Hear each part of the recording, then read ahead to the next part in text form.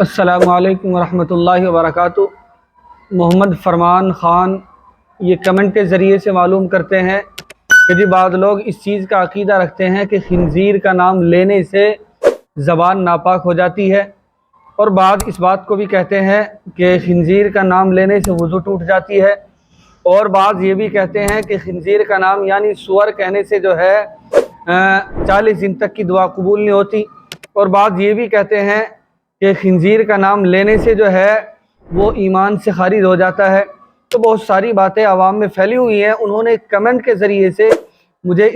اس کے متعلق معلوم کرنا چاہا، سوال مجھ سے کرا، تو اس کا جواب اس طرح سمجھیے کہ خنزیر کا نام لینے سے یا زبان پر سور کہنے سے کا لفظ لانے سے جو ہے زبان ناپاک نہیں ہوتی، زبان اس کا نام لینے سے ناپاک نہیں ہوگی۔ اسی طریقے سے یہ کہتے ہیں کہ اگر سور لفظ کہہ دیا تو اس سے وضو ٹوٹ جاتی ہے۔ تو سوچنے کی بات ہے، آپ خود سوچ سکتے ہیں کہ کیا سور لفظ یہ نواقض وضو میں سے ہے؟ نہیں،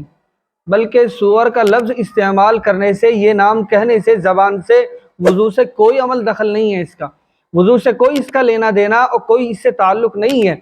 اسی طریقے سے یہ کہتے ہیں کہ اگر سور کا لفظ زبان سے استعمال کیا تو 40 دن تک اس کی دعا قبول نہیں ہوتی، یہ بھی بالکل غلط ہے، اس کی بھی کوئی حقیقت نہیں ہے۔ اور یہ بھی کہا جاتا ہے کہ اگر سور کا لفظ زبان سے استعمال کر لیا تو جو ہے وہ ایمان سے خارج ہو جاتا ہے۔ تو یہ بھی عقیدہ رکھنا، یہ باتیں ذہن میں لانا بالکل غلط ہے۔ اور آپ سوچ سکتے ہیں کہ خنزیر کا لفظ یہ عربی لفظ ہے اور خود قرآن کریم میں 4 جگہ آیا ہے، تو چنانچہ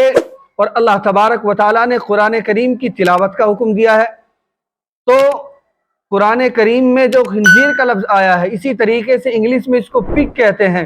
تو نام لینے سے زبان ناپاک نہیں ہوتی، نام لینے کا تعلق کسی ناپاکی سے اور پاکی سے نہیں ہے۔ البتہ اس کی ہر چیز نجس العین ہے، ہر چیز اس کی ناپاک ہے، ہر چیز اس کی غلاظت اور گندگی والی ہے، لیکن اس کے نام لینے سے کوئی عمل دخل نہیں ہے۔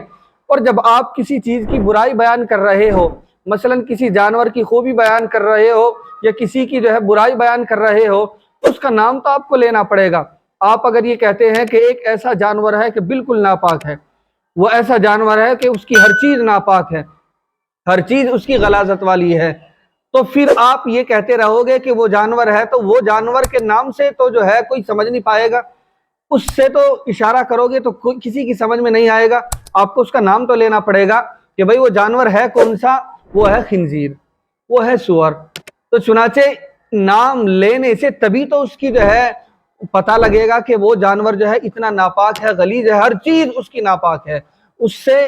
کوئی معاملہ نہیں بنتا، ہر چیز اس کی ناپاک ہے، ہر چیز اس کی نجس ہے۔ لیکن جو عقیدہ عوام میں پھیلا ہوا ہے اور جو عقیدہ جو ہے عوام رکھتی ہے کہ خنزیر کا نام لینے سے زبان ناپاک ہو جائے گی یا وضو ٹوٹ جائے گا، یا اسی طریقے سے جو ہے اس کی 40 دن تک دعا قبول نہیں ہوگی، یا اسی طریقے سے جو ہے سور کا لفظ زبان پر لانے سے جو ہے ایمان سے خارج ہو جائے گا، یہ بالکل غلط ہے۔ اس عقیدے سے ہمیں توبہ کرنی چاہیے۔ یہ عقیدہ، یہ گمان، یہ خیال ہمارے ذہن میں بالکل نہیں ہونا چاہیے، اس کی کوئی حقیقت نہیں ہے۔